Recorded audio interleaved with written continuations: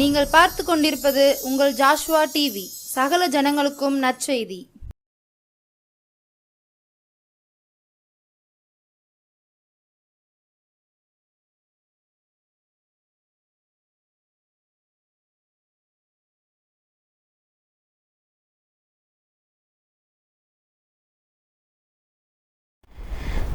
கர்த்தருடைய பரிசுத்த நாமத்துக்கு ஸ்தோத்திரம் உண்டாவதாக. மீண்டுமாய் உங்களை காண்பதில் நான் மகிழ்ச்சி அடைகிறேன். இந்த நாளிலும் நாம் தியானிக்க போகிற தேவ வசனத்திற்கு முன்பாக நாம் தலைகளை தாழ்த்தி ஜெபிப்போம். நன்றி இயேசுவே, என்னாலும் இயேசுவே, நன்றி இயேசுவே, என்னாலும் இயேசுவே, ஒரு நாளும் என்னை மறவா தெய்வம் நீரே, நன்றியோடு உம்மை துதிக்கிறே, ஒரு நாளும் எம்மை மறவா தெய்வம் நீரே, நன்றியோடு உம்மை துதிக்கிறே. நன்றி தகப்பனே, இந்த நாளிலும் நாங்கள் தியானிக்கிற தியானம் உடைய சமூகத்தில் பிரிதியாக இருப்பதாக என்று ஜெபிக்கிறோம். நீர் எங்களோடு பேசும், எங்கள் மூலம் வெளிப்படும், ஆவியானவர் எங்களை ஆட்கொள்ளும். இயேசுவின் நாமத்தினாலே பிதாவே, ஆமேன். கர்த்தருடைய பரிசுத்த நாமத்துக்கு ஸ்தோத்திரம் உண்டாவதாக. இந்த நாளிலும் நாம் தியானிக்கும்படி தெரிந்து கொண்ட வேத வசனம் 2 நாளாகமத்தின் புத்தகம் 32வது அதிகாரம் 30வது வசனம். 2 நாளாகமும் 32வது அதிகாரம் 30வது வசனத்தின் கடைசி பகுதியை நான் வாசிக்கிறேன். எசேக்கியா செய்ததெல்லாம் வாய்த்தது. எசேக்கியா செய்தது எல்லாம் வாய்த்தது. அன்பானவர்களே, இந்த நாளிலும் கூட நாம் கையிட்டு செய்கிற எல்லா காரியங்களும் வாய்க்கணும்னு சொல்லி நம்ம எல்லாருமே ஆசைப்படுவோம், விருப்பப்படுவோம். நம்ம எல்லாருடைய வாஞ்சையும் தாகமும் அதுதான். ஒருவேளை சிறு பிள்ளையாக இருந்தாலும் சரி, வாலிப பிள்ளையாக இருந்தாலும் சரி, குடும்பத்தில் உள்ள பெண்கள், ஆண்கள், பெரியோர்கள் எல்லாருமே நாம் தொட்டதெல்லாம் தொடங்கணும். நம்ம செய்த காரியம், நம்ம நினச்ச காரியம், நம்ம செய்யணும்னு நினைக்கிற எல்லா காரியங்களும் கூட நினச்ச மாதிரி நமக்கு கைகூடி வரணும் அப்படின்னு சொல்லி நம்ம எல்லாருடைய விருப்பமும் அதுதான். ஸோ இந்த நாளில் இந்த வேதத்தில் ஒரு ராஜாவை குறித்து நம்ம பார்க்கோம். எசேக்கியா ராஜா செய்தது எல்லாம் வாய்த்தது அப்படின்னு சொல்லி தேவ ஆவியானவர் வேதத்தில் எழுதி நாம் அதை தியானிக்கும்படி இந்த நாளில் முன்குறித்திருக்கிறார். பாருங்க, எசேக்கியா ராஜா செய்ததெல்லாம் வாய்த்தது அப்படின்னு சொன்னால், அப்படி அவர் எப்படி, எதனால், அவரோட குணநலன்கள் என்ன, அவர் எப்படிப்பட்டவராக இருந்தார், அவர் செய்த காரியங்கள் எல்லாம் வாய்ப்பதற்கு என்ன காரணங்கிறத நாம் தியானிக்கும் போது, நாமும் நம்மை அதன்படி நம்மை சரிப்படுத்தி கொள்ளும்போது நாம் செய்கிற காரியங்கள் எல்லாம் கர்த்தர் வாய்க்க பண்ணுவார் என்று நான் இந்த நாளில் விசுவாசிக்கிறேன். ஸோ இந்த நாளில் நம்ம எசேக்கியா ராஜா என்ன செய்தாருங்கிறத குறித்து நம்ம தியானிப்போம். இந்த 2 நாளாகமத்தின் புத்தகத்தில் பார்த்தோன்னு சொன்னால், இந்த எசேக்கியா ராஜாவை குறித்து மொத்தம் 4 அதிகாரத்தில் சொல்லப்பட்டிருக்கு. 29வது அதிகாரம், 30வது அதிகாரம், 31வது அதிகாரம், 32வது அதிகாரம். இன்னும் இந்த காரியங்களை குறித்து இன்னும் கொஞ்சம் தெளிவாக படிக்கணும்னு நினச்சா என்ன செய்யலாம் அப்படின்னு சொன்னால், ராஜாக்களின் புத்தகத்தில், 2 ராஜாக்களின் புத்தகத்தில் நாம் இந்த எசேக்கியா ராஜாவை குறித்து ஒரு 3 அதிகாரத்தில் வாசிக்கலாம். ஆனால் இந்த நாளில் நம்ம விசேஷமாக தியானிக்க போகிறது இந்த 2 நாளாகமத்தின் உள்ள இந்த 4 அதிகாரங்களில் இருந்தும் நம்ம தியானிக்க போகிறோம். அதற்கு ஆதாரமாக முதலாவது ஒரு வசனத்தை வாசிப்போம். 2 நாளாகமும் 31வது அதிகாரம் 20வது வசனத்தை வாசித்தோம் அப்படின்னு சொன்னால், அதில் அந்த வசனம் சொல்கிறது, இந்த பிரகாரமாக எசேக்கியா யூதாவெங்கும் நடப்பித்து தன் தேவனாகிய கர்த்தருக்கு முன்பாக நன்மையும் செம்மையும் உண்மையும் ஆனதை செய்தான். எசேக்கியா தன் தேவனாகிய கர்த்தருக்கு முன்பாக நன்மையும் செம்மையும் உண்மையும் ஆனதை செய்தான்னு சொல்லி எசேக்கியாவை குறித்து வேதம் சொல்லுகிறது. நாம் செய்கிற காரியங்களை குறித்து நம்முடைய தேவனாகிய கர்த்தர் பாருங்கள், அது மட்டும் இல்லை, அது என்ன சொல்லிட்டோம், கர்த்தருக்கு முன்பாக செய்தான், யூதாவெங்கும் நடப்பித்த எல்லா காரியத்திலும் கர்த்தருக்கு முன்பாக அவன் உண்மையும் நன்மையும் செம்மையும் ஆனதை செய்தான் அப்படின்னு சொல்லி நம்ம பார்க்கோம். அப்போது நாமும் கூட அப்படி அவர் என்ன நன்மை செய்தார், எதை செம்மையாக செய்தார், எதையெல்லாம் அவர் உண்மையாக செய்தார் அப்படிங்கிறது தான் நம்ம இந்த நாளில் தியானிக்க போகிறோம். நாமும் அப்படிப்பட்ட நன்மையும் செம்மையும் உண்மையுமானதை செய்யும் பொழுது தேவன் நாம் கையிட்டு செல்லும் எல்லா காரியங்களையும் வாய்க்க பண்ணுகிற தகப்பனா இருக்காரு. பாருங்க, இந்த எசேக்கியா ராஜா 29வது அதிகாரத்தை நம்ம முதல்ல எடுத்துக்கொள்ளுவோம். 29வது அதிகாரம் 1வது வசனம் சொல்லுது, எசேக்கியா 25ஆம் வயதில் ராஜாவாகி 29 வருடம் எருசலேமில் அரசாண்டான். சகரியாவின் குமாரத்தியாகிய அவனுடைய தாயின் பெயர் அபியாள். அவன் தன் தகப்பனாகிய தாவீது செய்தபடியெல்லாம் கர்த்தரின் பார்வைக்கு செம்மையானதை செய்தான் அப்படின்னு சொல்லி எசேக்கியாவுக்கு ஒரு நல்ல அறிமுகத்தை ஆண்டவர் கொடுக்கிறார். அவன் தன் தகப்பனாகிய தாவீது செய்தது போல. அவன் இதில் உண்மையிலே தாவீது எசேக்கியாவோட தகப்பன் கிடையாது, தாவீதோட முற்பிதா. தாவீதோட வம்சத்தில், அந்த யூதா வம்சத்தில் பிறந்த ராஜா தான் எசேக்கியா. எசேக்கியாவோட தகப்பன் ஆகாஸ். அந்த ஆகாஸை குறித்து வேதம் என்ன சொல்றது அப்படின்னா, ஆகாஸ் கர்த்தரின் பார்வைக்கு பொல்லாப்பானதை செய்தான் இருக்கு. அப்போ பொல்லாப்பானதை செஞ்சதுனால இந்த எசேக்கியா ராஜாவாகும்போது தேசம் சீர்கட்டு இருக்கு, சபை சீர்கட்டு இருக்கு, தேசத்துல எல்லாம் அதை திகைத்து திரிகிறார்கள்னு சொல்லி அவர் சொல்றாரு. என்ன சொல்லப்பட்டிருக்கு அப்படின்னு சொன்னா, ராஜா சொல்லுதாரு ஒரு நாள் 8வது வசனத்துல 29:8 நம்முடைய பிதாக்கள் பொல்லாப்பானதை செஞ்சதுனால கர்த்தருடைய கடுங்கோபம் யூதாவின் மேலும் எருசலேமின் மேலும் வந்து அவர் இவர்களை நீங்கள் உங்கள் கண்களினால் காண்கிறபடி துயரத்துக்கும் திகைப்புக்கும் பழிப்புக்கும் ஒப்பு கொடுத்தார் அப்படின்னு இருக்கு. பாருங்க, எசேக்கியா ராஜாவான போது அந்த இடத்துல துயரம், திகைப்பு, பழிப்பு, இந்த மாதிரியான காரியங்களை ஜனங்கள் கடந்து வந்துகிட்டு இருந்தாங்க. அந்த சூழ்நிலையில தான் தேவன் எசேக்கியாவை ராஜாவாக தெரிந்து கொண்டார். 25 வயதே ஆன ஒரு மகன். ஆனா அந்த இடத்துல எசேக்கியா ராஜாவாகும் போது ஆண்டவர் அந்த இடத்துல ஒரு அடைமொழி கொடுக்கார். அவனுடைய தாயின் பெயர் அபியாள் அப்படின்னு சொல்லி.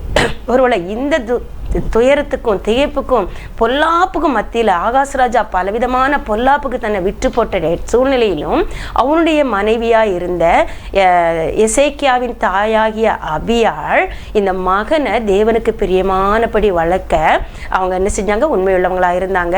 இந்த எசேக்கியாவை தாவீதை போல கர்த்தரை பயந்து நடக்கணுங்கிற வேதத்தை கற்றுக் கொடுத்து வளர்த்துருந்தாங்க. முன்னாட்கள் உள்ள காரியங்களெல்லாம் சொல்லி கொடுத்து வளர்த்துருந்தாங்க. இதெல்லாம் நம்ம எங்கே பார்க்கலாம்னா, இந்த 4 அதிகாரத்தையும் நம்ம கருத்தாக வாசிக்கும் போது இந்த எசேக்கியா என்னென்ன காரியம்லாம் அவனுக்கு தெரிஞ்சதுன்னு சொல்லி நம்ம பார்த்து தெரிஞ்சு இருந்தது அப்படிங்கிறத நம்ம பார்க்கலாம். பாருங்க, இந்த எசேக்கியா ராஜா முதலாவது என்ன பண்ணாரு அப்படின்னா, இதெல்லாம் அவருடைய சூழ்நிலை இப்படி இருக்கு.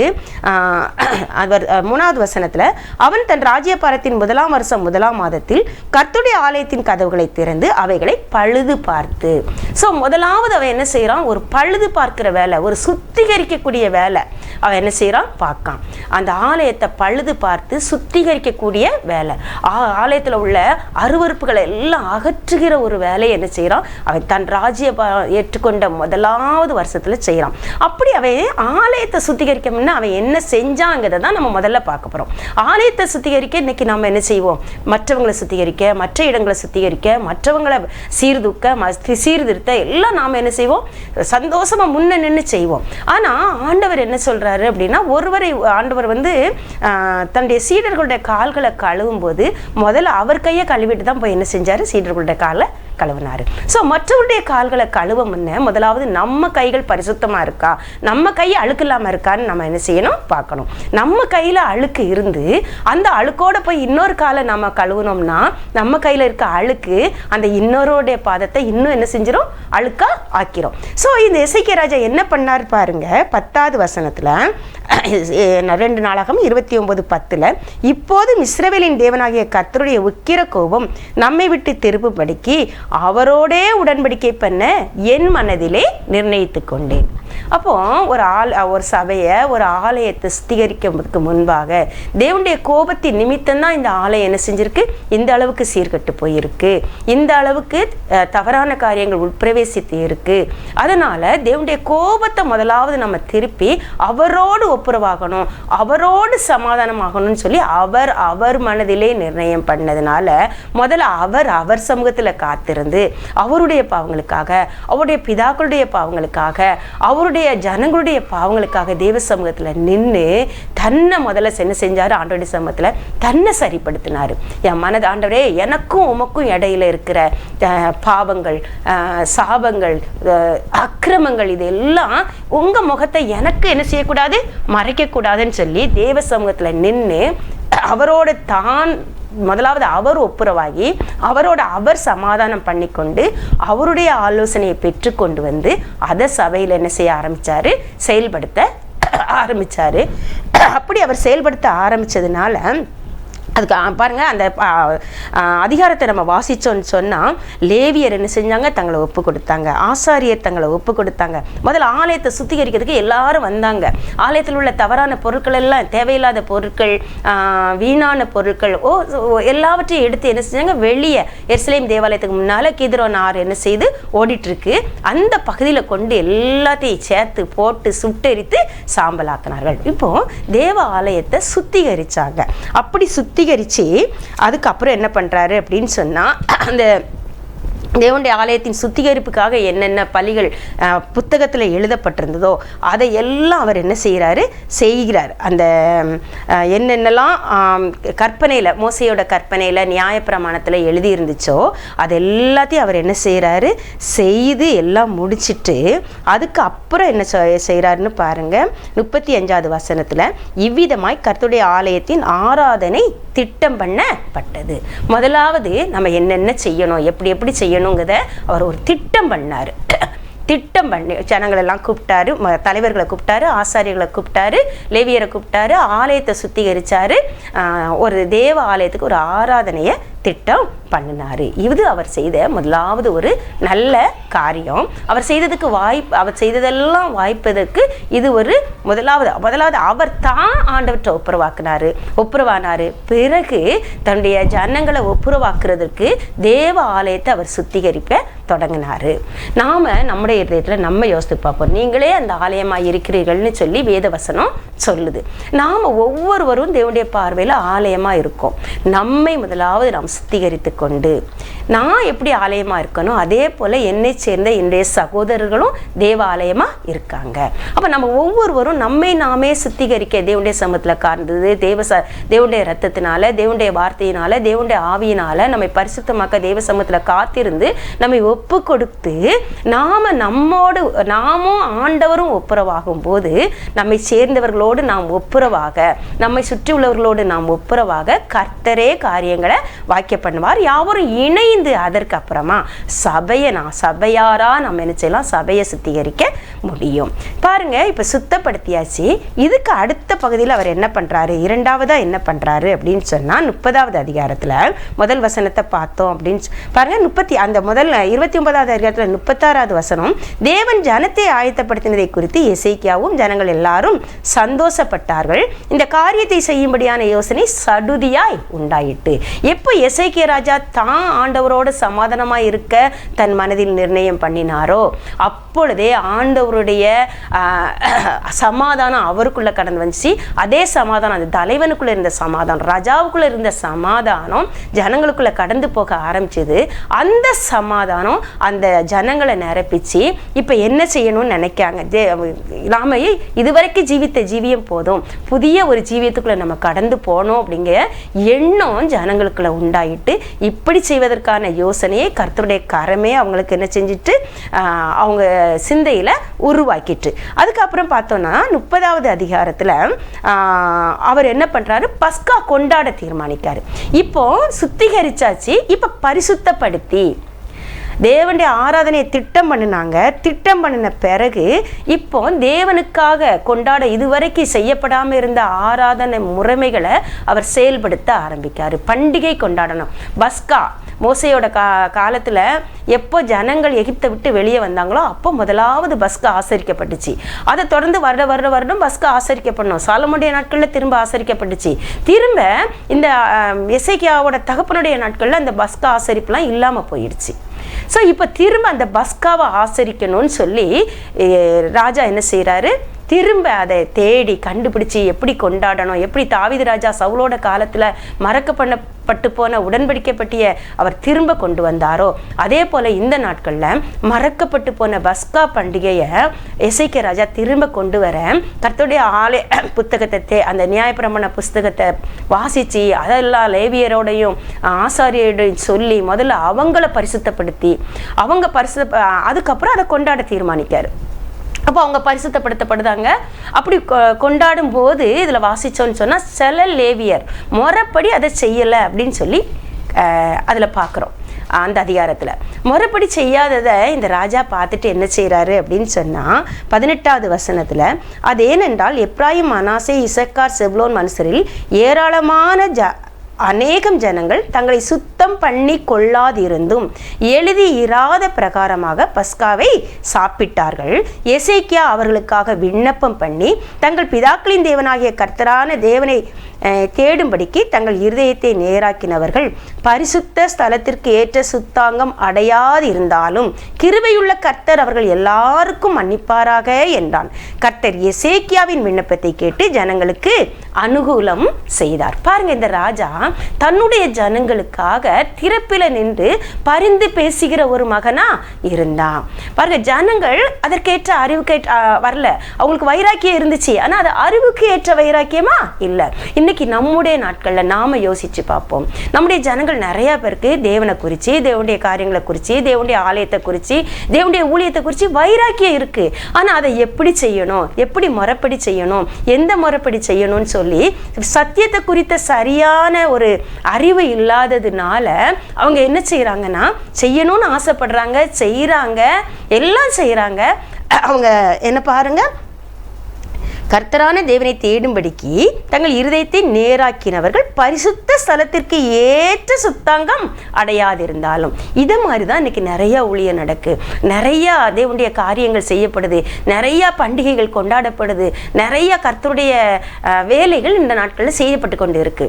ஆனால் அன்னைக்கு எசேக்கியா ராஜா என்ன பண்ணார்னா, ஏதோ அவங்ககிட்ட குறைவு இருந்தாலும் அவங்க கர்த்தருடைய வேலையை செய்யறதுக்கு தங்களுடைய இருதயத்தை நேராக்கினவர்கள், கர்த்தரை தேடும்படி தங்களுடைய இருதயத்தை நேராக்கினவர்கள்னு சொல்லி ஆண்டவர் எப்படி பரிசுத்த ஸ்தலத்தில் நமக்காக பரிந்து பேசி கொண்டிருக்கிறாரோ, அன்று சிலுவையில் பரிந்து பேசுகிற, சிலுவையில் பஸ்காவானவர், பஸ்கா பலியா நமக்காக தண்ணியை ஈந்தவர், நமக்காக ஆண்டவரே இந்த ஜனம் அறியாமல் செய்து இவங்க செய்கிறத இவங்களுக்கு மன்னிங்க அப்படின்னு சொல்லி அன்னைக்கு என்ன செஞ்சார், சிலுவையில் பரிந்து பேசின தகப்பன் இன்றும் அந்த ஆட்டுக்குட்டியானோட ரத்தத்தை கையில் ஏந்தி பரலோகத்தில் நமக்காக பரிந்து பேசி கொண்டிருக்கிறார். அதே போல் இந்த எசேக்கியா ராஜா தன்னுடைய தேசத்தில் உள்ள ஜனங்களுக்காக, தன்னுடைய ஜனத்தில் ஊழியம் செய்கிற லேவியருக்காக அவன் ஆண்டோட்டம் பரிந்து பேசினான். பரிந்து பேசும்போது ஆண்டவர் மன்னிச்சு ஜனங்களுக்கு அனுகூலம் செய்தார்னு சொல்லி பார்க்கும். அதுக்கப்புறம் 31வது அதிகாரத்தில் பார்த்தோன்னு சொன்னால் அதே எசேக்கியா ராஜா என்ன பண்ணுறாரு அப்படின்னு சொன்னால் ஒழுங்குபடுத்துகிறார்.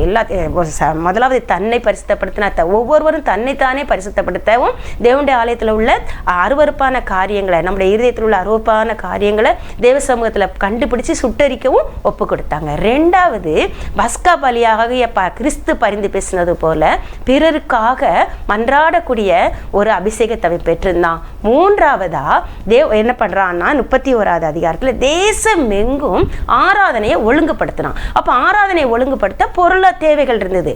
அந்த பொருள் தேவைக்கு முதலாவதாக என்ன பண்ணனா அப்படின்னு சொன்னா ராஜா தன்னுடையதிலிருந்து கொடுத்தான் அப்படின்னு சொல்லி பார்க்கும். 31வது அதிகாரம் 3வது வசனத்துல கடைசி பகுதி, ராஜா தன் ஆஸ்தியிலிருந்து எடுத்து தன் பங்கை கொடுத்தான். இந்த வார்த்தை பிரசித்தமான போது ஜனங்கள் எல்லாரும் சகலத்திலும் தசம பாகத்தை பரிபூரணமாய் கொடுத்தார்கள்னு தொடர்ந்து வரக்கூடிய வசனம் சொல்லுது. ஸோ இப்படி ஒவ்வொருவரும், ஒரு முன்னின்று செய்யக்கூடிய ஒவ்வொருவரும் தாங்களே தன்னை ஒப்பு கொடுத்தணும், தாங்கள் பரிந்து பேசணும், தன்னுடைய காரியத்தில் மற்றவங்ககிட்ட கேட்டு வாங்குறது எவ்வளவு முக்கியங்கிறத விட தான் எவ்வளவு கொடுக்குங்கிறது முக்கியம். அதை கொடுக்கறத பார்த்து மற்றவங்களும் என்ன செய்யணும், உற்சாகப்படுத்தப்படணும். இப்படி அந்த எசேக்கியா ராஜா செஞ்சதுனால அவங்க கொடுத்தது என்ன செஞ்சதுதான் எல்லா ஜனங்களும் உற்சாகமாக கொடுக்க ஆரம்பிச்சாங்க. கொடுத்ததுனால நிறைய காரியங்களை ஒழுங்குபடுத்த முடிஞ்சது, செயல்படுத்த முடிஞ்சது. தேசம் எங்கும் என்ன செஞ்சாரு, ராஜா தான் செய்ய நினைத்ததை, ஒரு தேவனுக்காக செய்ய நினைச்ச எல்லா காரியங்களையும் சரியா நியாயமா செய்து முடிக்க முடிந்தது. அது மாத்திரம் இல்லை, 32வது அதிகாரத்தில் பார்த்தோன்னு சொன்னா இப்போ இந்த காரியங்கள் நடந்து ஏறி வருகையில் இப்படி தேவனுடைய ஆலயம் ஒழுங்குபடுத்தப்படுது, சுத்திகரிக்கப்பட்டுச்சு, பரிசுத்தமாக்கப்பட்டுச்சு, ஒழுங்குபடுத்தப்பட்டு கட்டப்பட்டு காரியங்களெல்லாம் கைகூடி சபை கட்டப்பட்டு வருகையில் சோதனை வந்துச்சு, சத்துரு வந்தான், வியாதி வந்துச்சு, போராட்டம் வந்துச்சு, எல்லாம் வந்துச்சு. ஆனால் அத்தனையிலும் ஜெயம் கொடுக்கிறவர் ஆண்டவர் இருந்தார். அது மாத்திரம் இந்த ஆவிக்குரிய காரியங்கள் மட்டும் இல்லை, உலக பிரகாரமாகவும் எசேக்கியா ராஜாவை ஆண்டவர் அதிகமாக ஆசீர்வதிச்சார். 32வது அதிகாரம் 23வது வசனத்தில், இதற்கு பிற்பாடு எசேக்கியா ராஜா இதற்கு பிற்பாடு சகல ஜாதிகளின் பார்வைக்கும் மேன்மைப்பட்டவனாய் இருந்தார். 27வது வசனம் சொல்லுது, எசேக்கியாவுக்கு மிகுதியான ஐஸ்வர்யமும் கனமும் உண்டாயிருந்தது. 30வது வசனம் கடைசி பகுதி சொல்லுது, எசேக்கியா செய்தது எல்லாம் வாய்த்தது. இதுக்கு இடையில பார்த்தீங்கன்னா ஆண்டவர் எப்படி எப்படி இவனை ஆசீர்வதிச்சார்னு சொல்லி இந்த பகுதியிலையும் இருக்கும், ராஜாக்கள் பகுதியிலையும் இருக்கும். ஸோ இந்த ராஜாவை போல நாம் நம்மை முதலாவது அர்ப்பணிப்போம். நாம் ஆண்டவரோடு ஒப்புரவாகுவோம். ஆண்டவரோடு ஒப்புரவாகும் போது ஜனங்களோடு ஒப்புரவாக கர்த்தர் நமக்கு கிருபை செய்வார். தேவனுடைய ஆலய காரியங்களை, நம்முடைய சரீரமும் ஒரு ஆலயம்தான், நம்முடைய குடும்பமும் ஒரு ஆலயம்தான். நம்மை நாமே சரிப்படுத்துவோம், நம்முடைய குடும்பத்தை சரிப்படுத்துவோம். ஒவ்வொருவரும் தனித்தனியாக நம்ம சீர்தூக்கி சரிப்படுத்தும் போது சபை பரிசுத்தப்படுத்தப்படும், சபையில் பஸ்கா ஆசரிக்கப்படும். அது நிமித்தம் கர்த்தர் மகிழ்வார், தேவனுடைய தேசம் அது நிமித்தம் சீர்படுத்தப்படும். நாம் பரிசுத்தப்படும் போது, நம்முடைய குடும்பம் பரிசுத்தப்படும் போது, நம்முடைய சபையும் பரிசுத்தப்படும். நம்முடைய சபை சரியாக இருக்கும்போது நம்முடைய தேசமும் சீரமைக்கப்படும். தேசத்திலும் தேவனுடைய நாம மகிமைப்படும். தனிப்பட்ட விதத்தில் நாம் செய்கிற காரியங்கள் எல்லாம் வாய்க்கும். உலக பிரகாரமான எல்லா மேன்மையும் கனமும் ஐஸ்வர்யமும் நம்மை தேடி வர கர்த்தர் அனுக்கிரகம் செய்வார். கர்த்தர் தாமே இந்த வார்த்தைகளை ஆசீர்வதிப்பாராக. தலைகளை தாழ்த்தி ஜெபம் பண்ணுவோம். அன்பின் தெய்வமே, என்னை நடத்தும் தெய்வமே, நன்றியோடு உம்மை பாடுவே, நான் நன்றியோடு உம்மை பாடுவே. நன்றி தகப்பனே, நன்றியோடு துதிக்கிறோம். எசேக்கியா செய்ததெல்லாம் வாய்த்தது என்று நாங்கள் தியானித்தோப்பா. எசேக்கியாவை போல ஆண்டவரே நாங்கள் எங்களை உம்மிடத்தில் தாழ்த்த, எங்களுடைய காரியங்களை எல்லாவற்றையும் எங்களுடைய தகப்பனே உம்மிடத்தில் அர்ப்பணிக்க, ஆண்டவரே உம்மோடு நாங்கள் ஆண்டவரே ஒப்புரவாக, உம்மோடு எப்பொழுதும் சமாதானமாக இருக்க, எந்த சூழ்நிலையிலும் ஆண்டவரே நாங்கள் உம்மை விட்டு விலகாதிருந்து உம்மது பார்வைக்கு பொல்லப்பானதை செய்யாதபடிக்கு ஆண்டவரே எங்களை பாதுகாத்துக் கொள்வீராக என்று ஜெபிக்கிறோம். ஆவியானவருடைய கிருபையின் கரங்களில் எங்களை ஒப்பு கொடுக்கிறோம், எங்கள் குடும்பத்தை ஒப்பு கொடுக்கிறோம், எங்களுடைய சபையை ஒப்பு கொடுக்கிறோம், எங்களுடைய தேசத்தை ஒப்பு கொடுக்கிறோம். ஐயா, ஒரு விசை ஆண்டவரே நீர் ஆண்டவரே எங்களை சுத்திகரியும், எங்களை பரிசுத்தப்படுத்தும். ஆண்டவரே நாங்கள் உமக்கு பஸ்கா ஆசரிக்கவும், எங்களுடைய தேசத்தில் ஆண்டவரே நீர் கொண்டாடப்படவும் கர்த்தர் அருள் செய்யுங்க. அது நிமித்தம் நாங்கள் ஆண்டவரே எங்களுடைய எல்லா காரியங்களையும் வாய்க்க பண்ண கர்த்தர் அனுக்கிரகம் செய்யுங்க. இயேசுவின் இன்ப நாமத்தில் ஜெபிக்கிறோம் நல்ல பிதாவே, ஆமேன்.